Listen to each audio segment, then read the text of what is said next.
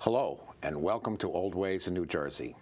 I'm Angus Cress Gillespie, your host. I want to take you back to the time of the 1940s, to the dark days of World War II. The British had lost many cargo ships to German submarines. Unless supplies could be brought to Europe, the war might be lost. So the U.S. started building large numbers of cargo ships. They were called Liberty ships. They were cheap and quick to build. And eventually they came to symbolize the U.S. wartime industrial output. The ships were built of prefabricated sections that were then welded together. They were made in assembly line style, much like automobiles. Early on, each ship took about 230 days to build. Eventually, that dropped to 42 days. In 1942, 3 new Liberty ships were being turned out every single day. But a problem quickly became evident. The Liberty ships were cargo ships, not warships, and as designed, they were basically helpless against enemy attacks. So the U.S. Navy created a special service branch to deal with the problem. It was called the U.S. Navy Armed Guard. They were responsible for defending merchant ships against attack by enemy aircraft, submarines, and surface ships. The men of the Armed Guard served as gunners, signalmen, and radio operators. The Armed Guard was finally disbanded at the end of the war. Today, the Armed Guard is little known or remembered by the general public. It's not even very well known within the Navy itself. But without the courage and sacrifice of these men, victory would have been much more difficult and taken a long time. Fortunately, there are a few men alive today who remember. We're here in the studio today with Frank Greco, a Central New Jersey resident and a U.S. Navy veteran of the Armed Guard.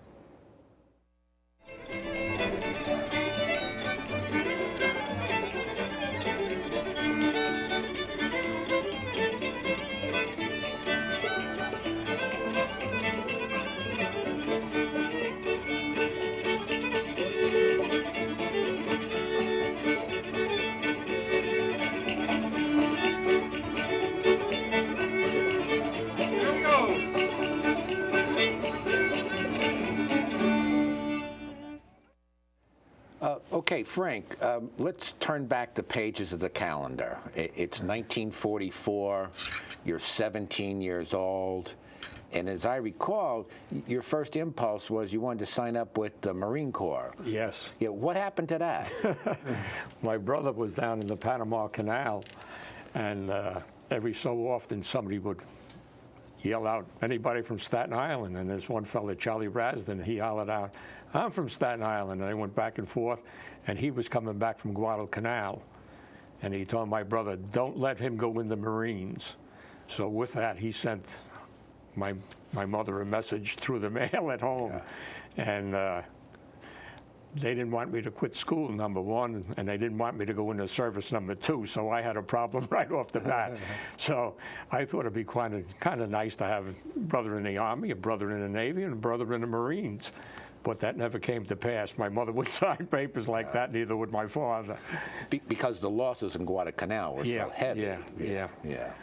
So anyway, then you go with several of your friends to the Navy recruiter. Yes. And you sign up.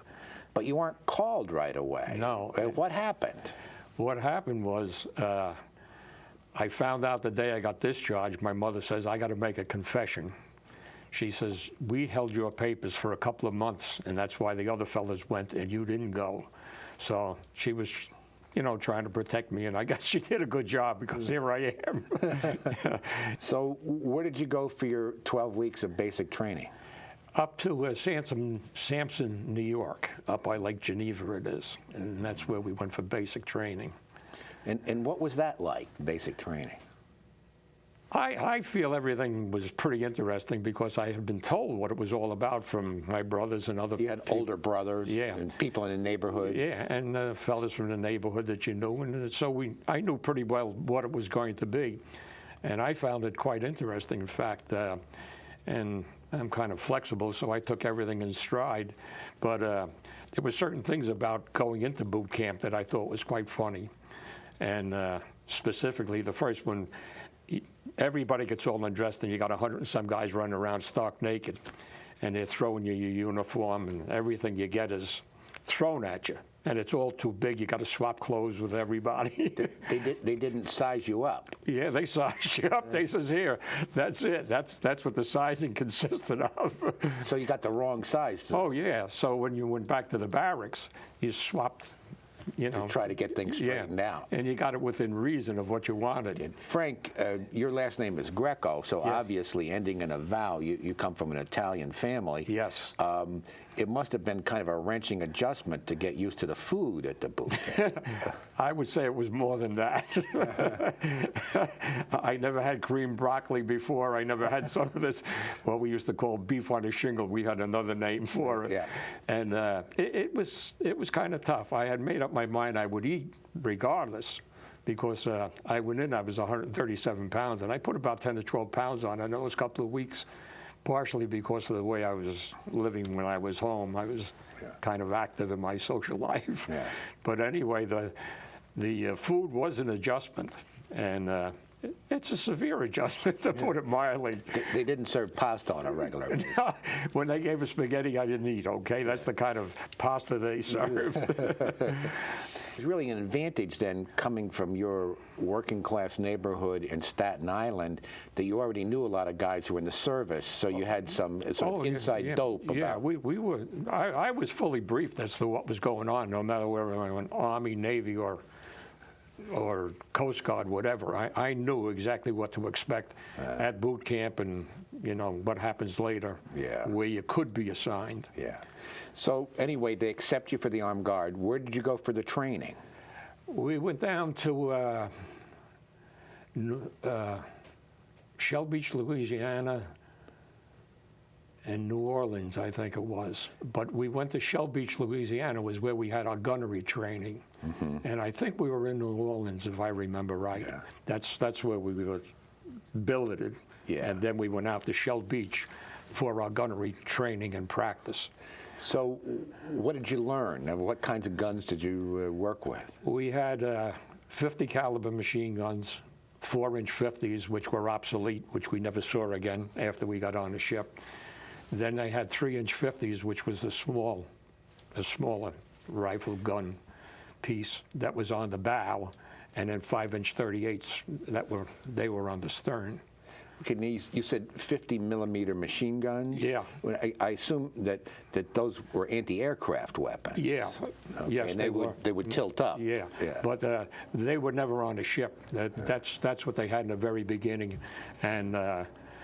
Well, in the beginning, they had wooden guns on the ships, just as decoys, so the submarines wouldn't come up and shell them. Yeah. But anyway, it was just, just a quick whiz bang. But everything was quick. You referred to 3-inch 50. 3-inch 50. Yeah. And you referred to 5-inch 38. 5-inch 30. That refers to the diameter of the shell, right? Yeah. So that's a pretty big weapon. Yeah. Well, the 5-inch 38 is.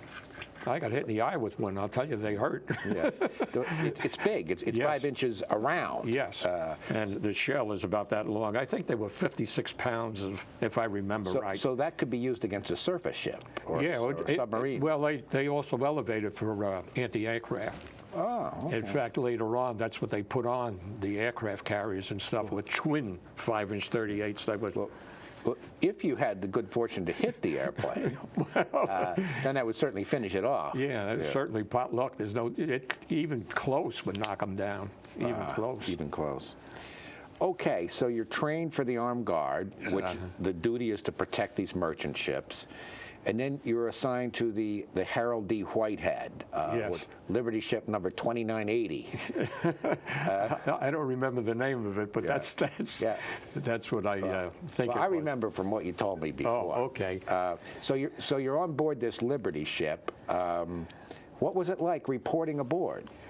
Well, first of all, we were assigned to it, and when we went down, we were in, I believe it was Houston, Texas, and all we saw was the keel. The ship hadn't been built yet. It was just the keel was there. And where we were in the barracks, we could see it being built. And a week later, they took it out, and a couple of days later, they put everything on it and gave it the shakedown cruise. Then with that, we got on board, and we went up to Hampton Roads to pick up convoy to go across.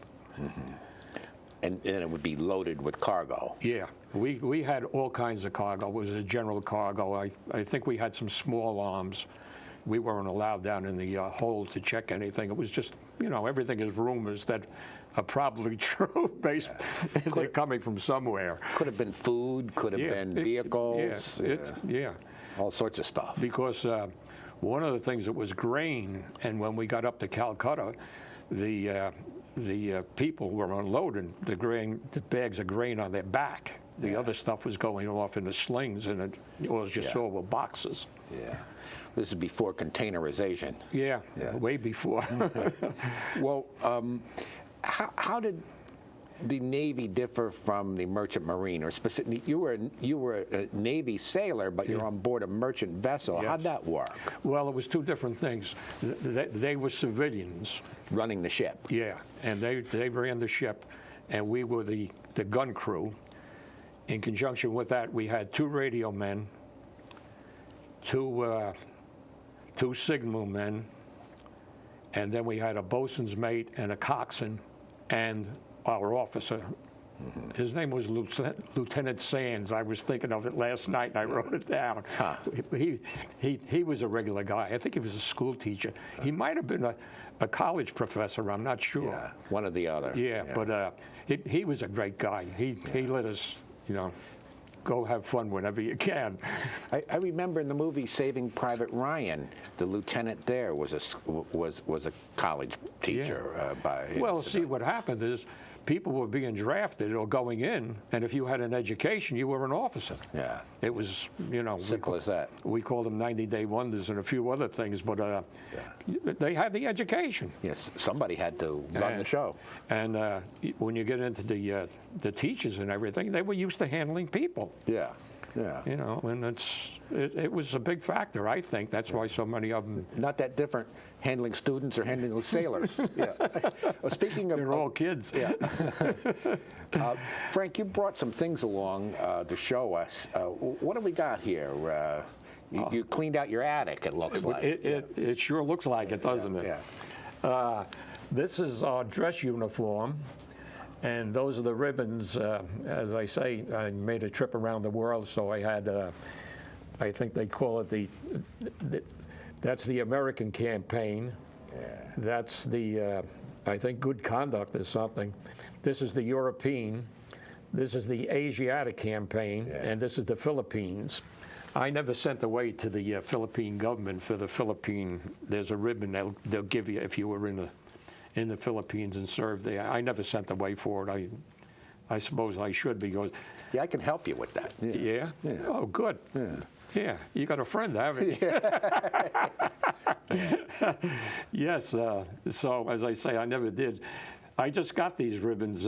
I was up in New Hampshire with our son, and he took me to the BX to buy them because I had given them away or gave them to the kids. I don't know what I did with them. And I says, well, I'll get them for the grandchildren, because we never wore ribbons. The guys in this, they just never wore. You didn't even see them in uniform.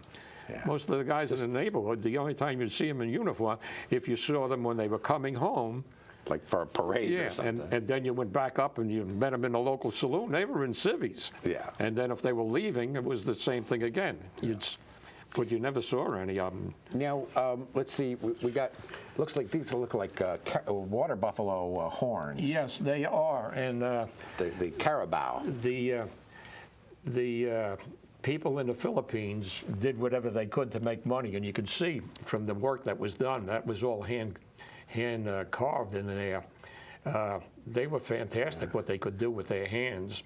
Yeah, I can see they've engraved the Nipa hut, which is the elevated domestic dwelling. You have a palm tree. You got the coconut trees, and then they got Philippines 1945. Yeah. It's whenever you could, you would get souvenirs. I had some King Ebony elephants from Calcutta, and I gave them away. Like so much of my stuff, I just give it away. And this is your cap. Oh yeah, that's my cap. Did the sailors still use that same kind of cap? I don't think so. Yeah. I don't think so. Yeah, they changed the uniform. Yeah. And these are your spats or your leggings? Those were leggings, or they called them boots. Yeah. And I guess that's where the boot camp came. You never wore those except in boot camp. Yeah. That's the only time you ever wore them. Yeah. And this is your pea coat. That's the pea coat. That's the old pea coat. They don't make them like that anymore. It would keep you fairly warm. Well, you could put on. We had a black wool sweater with a small collar on it, and if you put that on with that pea coat, you could go out anywhere. Yeah. It was a windbreaker, and then the wool sweater was, the warmth. Okay, now we got you on the Harold D. Whitehead. It's loaded up with stuff. Yeah. You're part of a convoy. Where were you going? We were heading to India, and we were going across the Atlantic.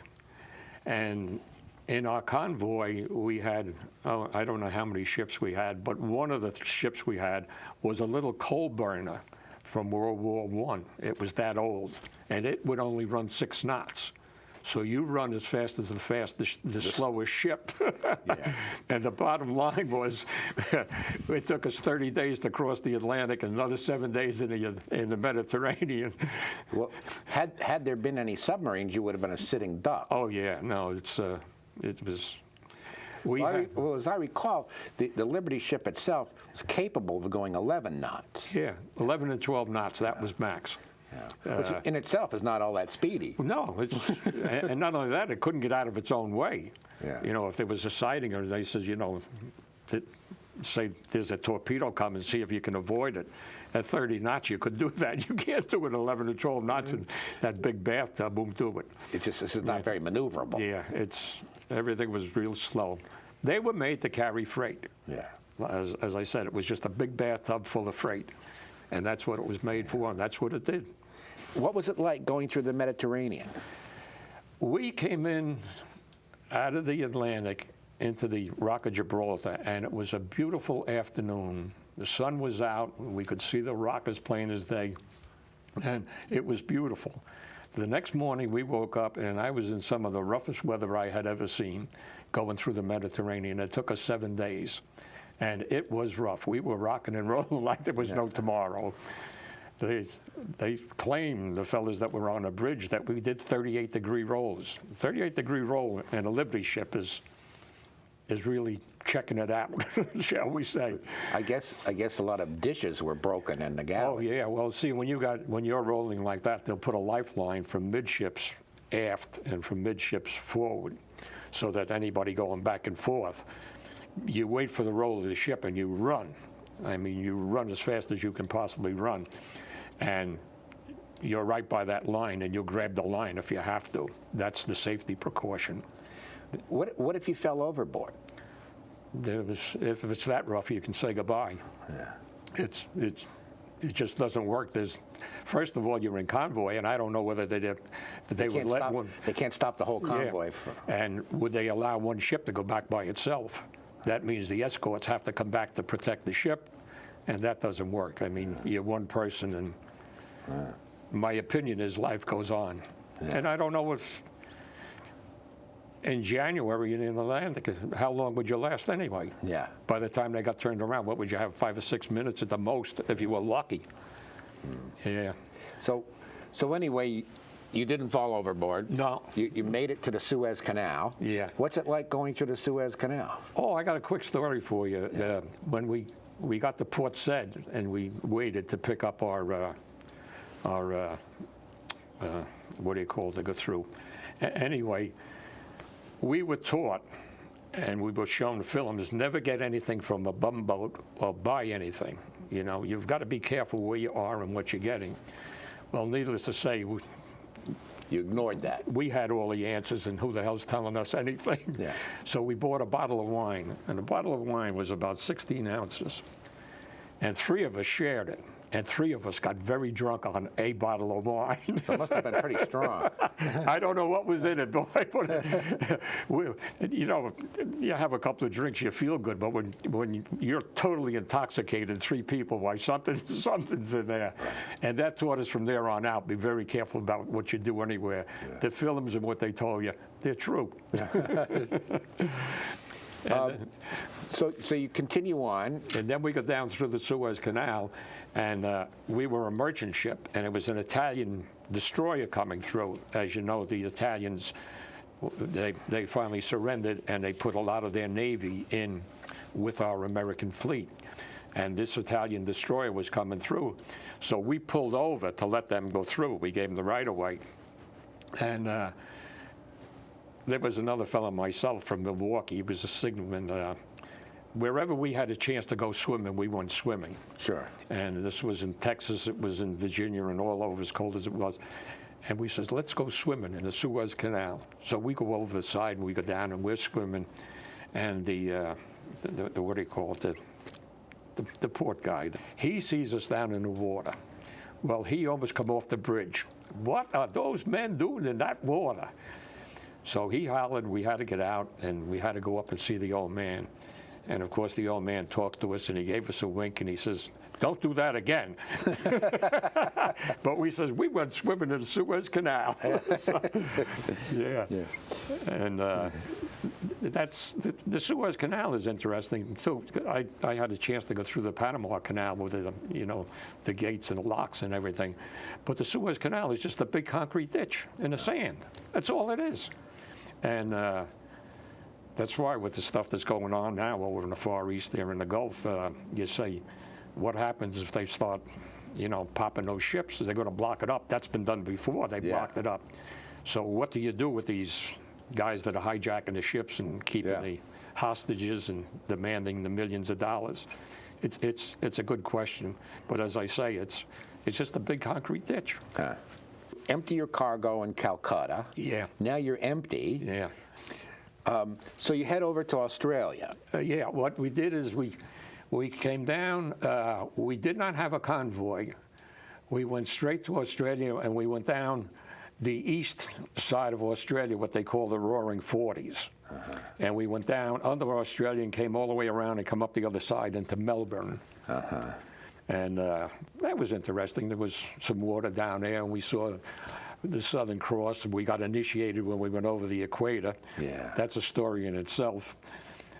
You want to hear that? Well, you were changed from a pollywog into a shellback. We'll leave it at that. Okay. We won't go into all the gruesome details. It was a lot of fun. Yeah. Well, you're a good sport. Okay, so the ship gets loaded up. You take a load to Leyte, as I recall. Yeah, what we did is we went from Melbourne to Hollandia, New Guinea. We stayed there for a while. And I think we picked up convoy from there. That's where we picked up convoy, and then we went into Leyte. Yeah, we were in Leyte. We couldn't get a pier to get unloaded. Right. So what they did is they offered us the opportunity to unload the ship, the Navy gun crew unload the ship, and they would pay us longshore pay. So we did, and we did make longshore pay. I think we went up on a beach a couple of times. They put us in ducks. And they says, okay, we'll take you up. And we had a chance to go up on a beach. Those amphibious vehicles. Yeah. Well, eventually MacArthur wins in the Philippines, of course, and the war's starting to wind down. And as I recall, you returned to Long Beach, California. Oh no, from Leyte, we went back to Australia. Oh, yeah, and then you took the MPs. Yeah, and we had, I think it was the 801st MPs. We picked up a load of MPs. And delivered them to the Philippines. Yeah, and we came back to New Guinea, and that's when we went swimming. And while we were swimming, somebody said sharks, and we were fooling around the bottom of the Jacob's ladder instead of climbing out of the sharks. That's another one of those young experiences. But anyway, then from Hollandia, we went up to Manila. And from there, we got a dock up there. We had a pier, and we did unload, and we were on a beach. We did get liberty and everything. And it was quite interesting. We were in Melbourne when President Roosevelt died. And it was very interesting the way the Aussies took the fact that Roosevelt had died. They took it pretty hard. Yeah, they really thought the world of him, and we would go into on a dock or anything. They'd say, "Hi, you Yank," you know, and all that other stuff. And can we give you anything? Can we buy you anything in the saloons? We didn't pay for anything. It was very heartwarming that they felt that good about our president. So let me move you up to August the 1st, 1945. Okay. So you returned to Long Beach, California. Yeah. What happened a few days later? A few days later, I would turn 19 years of age. Yeah, that's right. I turned 19, and that was August the 3rd. And then a couple of days later, I think it was August 8th, they dropped the first bomb. And then they dropped the second one, and then they said, okay, everybody go back to their nearest base where you live. I guess you were somewhat relieved at the war. Oh, yeah, because the rumor, you know, these so-called rumors were that we were going back to Japan. Yeah. But everybody figured they were going to Japan. That was going to be a monumental.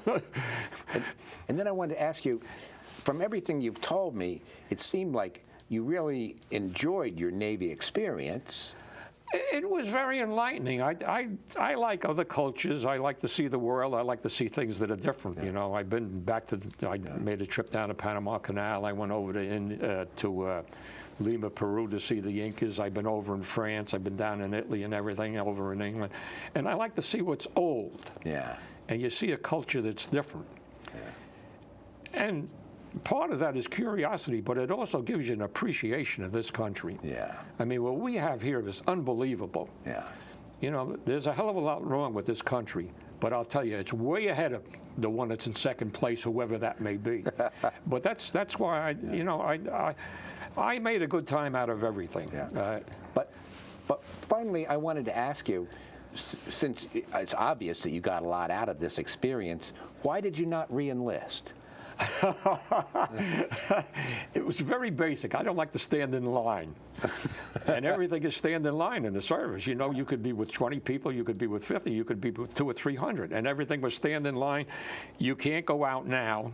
You know, you can go out later. You can go out for 2 days. You can't go out for 3 days. I didn't like that regimentation when it wasn't necessary. Yeah.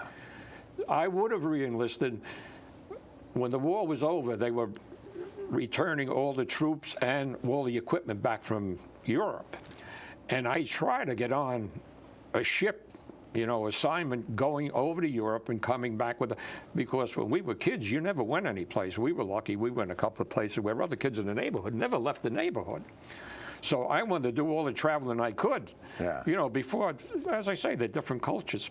So the bottom line is I couldn't get assigned to a ship to go, despite the fact they had people that were being sent over and sent back because their points were up and they had to discharge them. And I couldn't go. And I told one of the officers, I says, if you don't let me go, I'm going to go over the hill. Well, kids don't tell officers that, and that's stupid. But that's what I said, and that's what I did. I went over the hill, and they ended up in a brig.